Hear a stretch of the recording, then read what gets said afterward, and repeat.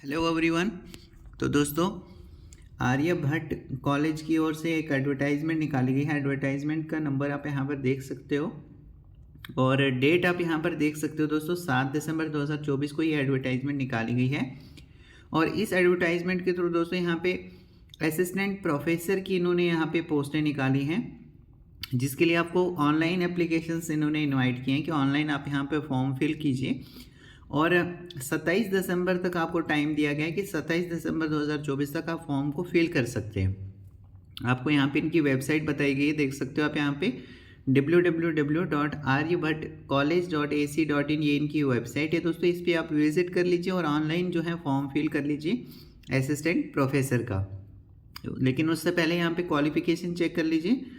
तो देखो यहाँ पे सब्जेक्ट वाइज यहाँ पे जो पोस्टें हैं असिस्टेंट प्रोफेसर की वो यहाँ पे निकाली हैं। जैसे देखो, बिजनेस इकोनॉमिक की 2 अनरिजर्व के लिए, 3 ओबीसी वालों के लिए टोटल 5 पोस्टें हैं। इस तरीके से कॉमर्स में है economics, English, environmental studies, Hindi, history, management studies, mathematics, public music, political science and psychology. Total कितनी पोस्टें हैं दोस्तों असिस्टेंट प्रोफेसर की? 28 पोस्टें हैं, यानी 28 पोस्टें हैं और ये कैटेगरी वाइज यहाँ पे रखी गई हैं। तो आपकी जो भी कैटेगरी है आप यहाँ पर चेक कर लेना। इसके अलावा फ़ीस हम देख लेते हैं कि फॉर्म की फ़ीस क्या लगने वाली है। तो देखो यहाँ पे अनरिजर्व कैटेगरी में जो आते हैं, ओबीसी में जो आते हैं और ईडब्ल्यूएस कैटेगरी में जो आते हैं उनको 500 रुपये की फ़ीस है। ऑनलाइन मोड से आपको 500 रुपये पे करने पड़ेंगे फॉर्म के। और जो कैंडिडेट एससी में आता है, एसटी में आता है, पीडब्ल्यूडी कैटेगरी में आता है, उनको किसी भी तरह की फ़ीस यहाँ पे चार्ज नहीं की जाएगी, यानी कि फ्री ऑफ कॉस्ट वो फॉर्म फिल कर सकते हैं, ठीक है ना।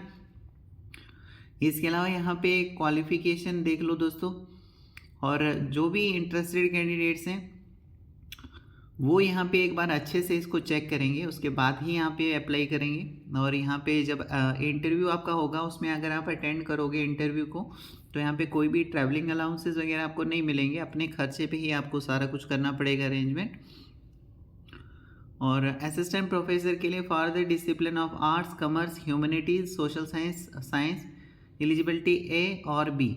तो देखो एलिजिबिलिटी ए होनी चाहिए आपकी या फिर बी होनी चाहिए। जैसे यहाँ पे देखो मास्टर्स डिग्री इन्होंने बोली है, मास्टर्स डिग्री आपने की होनी चाहिए विद 55% मार्क्स के साथ।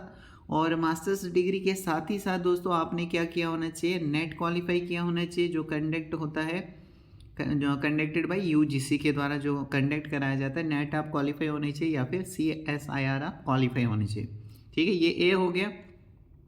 अगर ये आपके पास नहीं है तो फिर आपने PhD की होनी चाहिए दोस्तों। सिंपल सी बात है, आप यहाँ पर अच्छे से देख लेना। लेकिन यहाँ पर यही इन्होंने बताया कि या तो आपने नेट या फिर CSIR जो है क्वालिफाई किया हो मास्टर्स डिग्री के साथ, या फिर PhD आपके पास हो।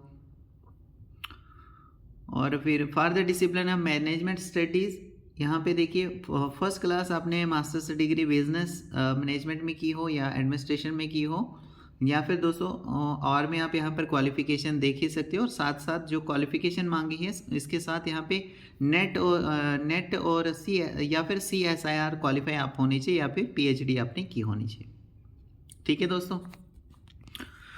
ये क्लियर हो गया। उसके बाद एक बार अच्छे से, जैसे मैंने आपको बताया ना, यहाँ पे देखो डिज़ायरेबल में क्या बताया गया कि अगर टीचिंग, रिसर्च, इंडस्ट्रियल या फिर प्रोफेशनल एक्सपीरियंस आपका रेपुटेटेड ऑर्गेनाइजेशन का है, आपको यहाँ पे डिज़ायरेबल है। ये मतलब ज़रूरी नहीं है, लेकिन आपके पास है तो आपको प्रेफरेंस मिलेगा यहाँ पे। तो जो भी स्क्रीनिंग कमेटी होगी वो चेक करेगी आपने जो भी क्वालिफ़िकेशन मेंशन की होगी, मार्क्स, स्कोर, वो सारी चीज़ें यहाँ पे चेक किया जाएगा। और उसके बाद फिर आपको यहाँ पे शॉर्टलिस्ट किया जाएगा इंटरव्यू के लिए। और इंटरव्यू के दौरान भी जो भी आपकी परफॉर्मेंस रहेगी उस बेसिस पर फिर आपका यहाँ पे सिलेक्शन होने वाला है। तो बाकी आप यहाँ पर अच्छे से एक बार देख लीजिएगा। जैसे मैंने आपको बताया कि यहाँ पे स्कोर भी यहाँ पे बताया गया। जैसे ग्रेजुएशन आपने की है, कितनी क्या परसेंटेज आई, उस हिसाब से यहाँ पे जो है स्कोर बनेगा। PG आपने किया है, कितने परसेंट है, उस हिसाब से स्कोर बनेगा। MPhil अगर आपने किया है तो उस हिसाब से स्कोर यहाँ पे बनेगा। फिर नेट विद JRF आपने किया है, नेट किया है, या बाकी यहाँ पे जो है कोई और आपका एक्सपीरियंस है, टीचिंग या पोस्ट डॉक्टरल एक्सपीरियंस आपका है, 2 मार्क्स फॉर 1 ईयर ईच। तो 1 साल का एक्सपीरियंस है, 2 मार्क्स यहाँ पे रहेंगे। तो ये यहाँ पे देख लेना आप अच्छे से एक बार। कहने का मतलब है जो आपका एक्सपीरियंस है, जो आपकी क्वालिफ़िकेशन है, उसमें कितनी क्या परसेंटेज है, क्या आपकी परफ़ॉर्मेंस रही है, उस हिसाब से चेक करेगी स्क्रीनिंग कमेटी और आपको इंटरव्यू के लिए वो शॉर्टलिस्ट करेगी और बाद में फिर इंटरव्यू के टाइम पर जो आपकी परफ़ॉर्मेंस रहेगी, फाइनली उस बेसिस पर आपका यहाँ पे सिलेक्शन हो जाएगा।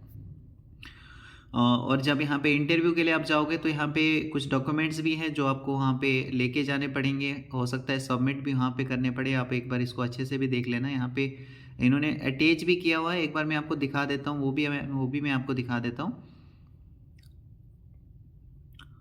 काफ़ी सारे यहाँ पे क्वेश्चन हैं, जैसे what are the documents required to be submitted by shortlisted candidates को इंटरव्यू के टाइम पर कौन कौन से डॉक्यूमेंट्स हैं जो सबमिट करने हैं। तो यहाँ पे इन्होंने लिस्ट दी है डॉक्यूमेंट्स की कि ये डॉक्यूमेंट्स आपको सबमिट करेंगे at the time of interview. जो शॉर्टलिस्टेड कैंडिडेट्स हो जाएंगे ना, आपको कंफर्म हो जाएगा, तो यहाँ पे ये जो डॉक्यूमेंट्स हैं ये आपको वहाँ पे सबमिट कराने पड़ेंगे at the time of interview, जब आप इंटरव्यू देने के लिए जाओगे। तो ये आप यहाँ पर देख लीजिएगा।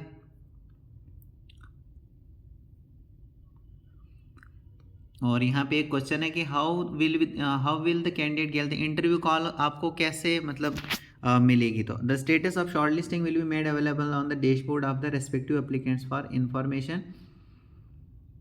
ए notice to this effect indicating the schedule for interview, मतलब नोटिस इसके रिगार्डिंग में कॉलेज की वेबसाइट पर आपको सारी चीज़ें मतलब पब्लिश की जाएगी। जो कॉलेज की वेबसाइट है ना, उसके थ्रू पब्लिश कर लिया जाएगा कि कब आपका यहाँ पे इंटरव्यू होने वाला है। तो इसके रिगार्डिंग में आपको कोई टेंशन लेने की ज़्यादा ज़रूरत नहीं है। All correspondence from the college including interview letter if any shall be sent only to the email address provided by the, तो ईमेल एड्रेस जो आपने प्रोवाइड किया होगा ना ऑनलाइन एप्लीकेशन फॉर्म पे, जो भी आप यहाँ पे इंफॉर्मेशन दोगे, ईमेल आईडी दोगे, उसके थ्रू भी आपको यहाँ पे जो इंटरव्यू लेटर है उसको सेंड किया जा सकता है यहाँ पे इनकी ओर से।